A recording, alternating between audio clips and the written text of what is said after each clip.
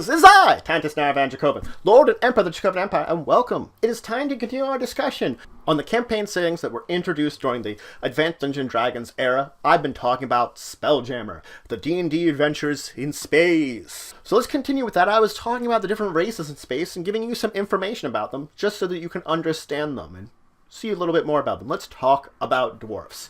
Now, dwarfs aren't as monolithic and united as, let's say, with elves, but they are just as widespread and, in fact, just as powerful.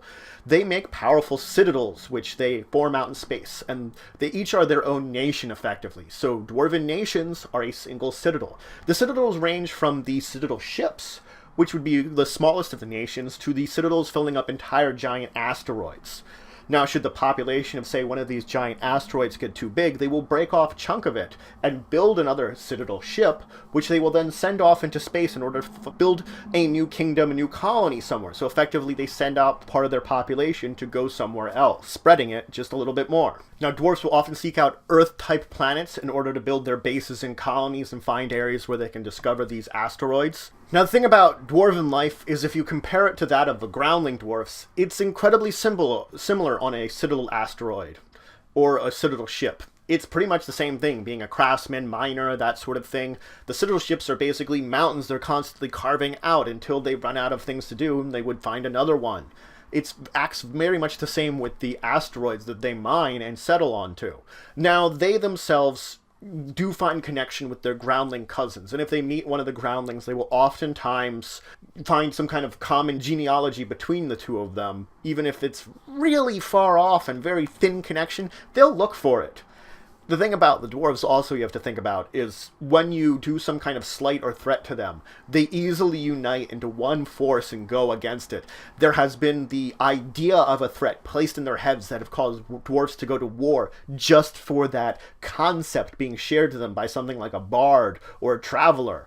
It's all it takes sometimes to unite all the dwarven nations into one force. Now, as I said, they do have connections with groundling dwarfs, but they're long-distance communications. No citadel ship is known to land on a planet unless it needs to. They completely avoid that. What they used to communicate are with adventuring dwarfs that will oftentimes visit the planets or visit other places.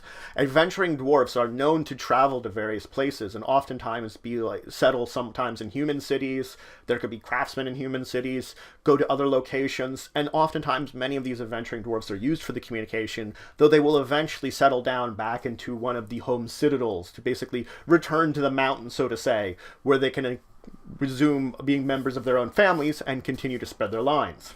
Now, it does seem like there is a decline of dwarves overall in the groundling populations. That is something that dwarves seem to face more often than not, though that is not true for the spacefaring dwarves. They, in fact, are at least a stable race right now, and they don't seem to be on any form of decline which their groundling cousins seem to be facing against.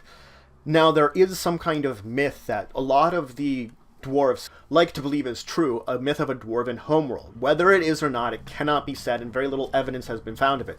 Though dwarves that make colonies on planets and asteroids, often, especially planets, often try to mimic the ideas of the myth and the legends in the myth in order to make something very similar to what they've heard about, basically remaking this mythological homeworld. Now, the lizardmen are a pretty high species in space. They actually came to space originally as slaves of other races, but eventually got free and began to change and evolve on their own. They are, in fact, smarter and faster than their groundling cousins. They found ways to make a very much united civilization without having the same sort of major colonies that you talk about. They are very space-driven and believe it is space themselves that have given their higher intelligence and ability, so that's why they try to remain within it. They like when they're forming a colony to put it on a planet closer to the sun that's warmer. They will oftentimes convert ships into incubator ships and put them in orbit close to a sun in order to keep them warm.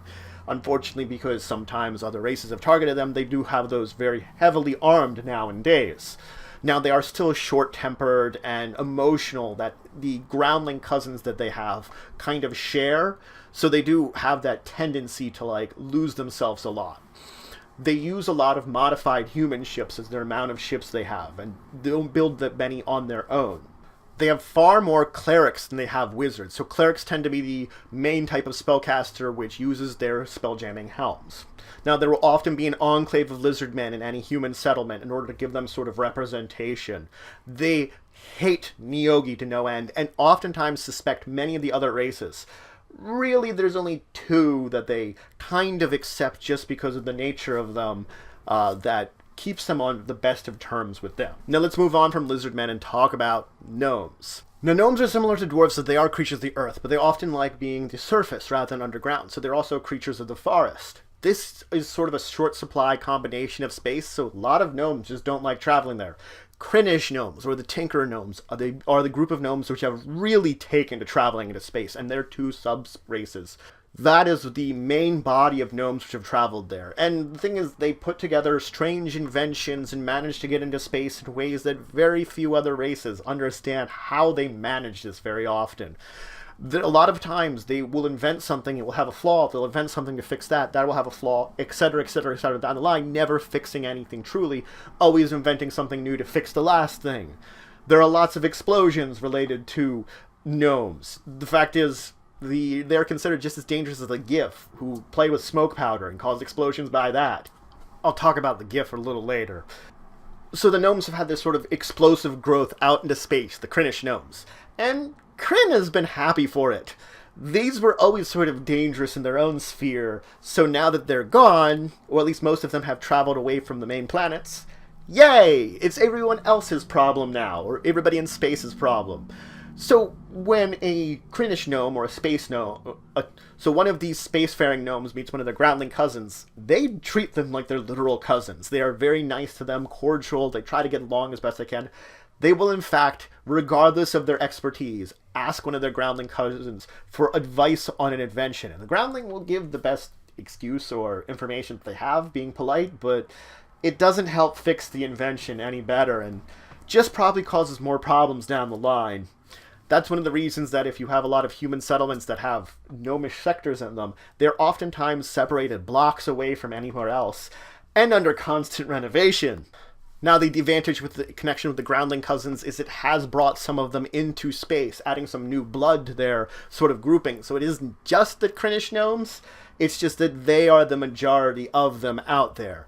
The other gnomes, a lot less and more, they're accompanying their friendly cousins to space nowadays.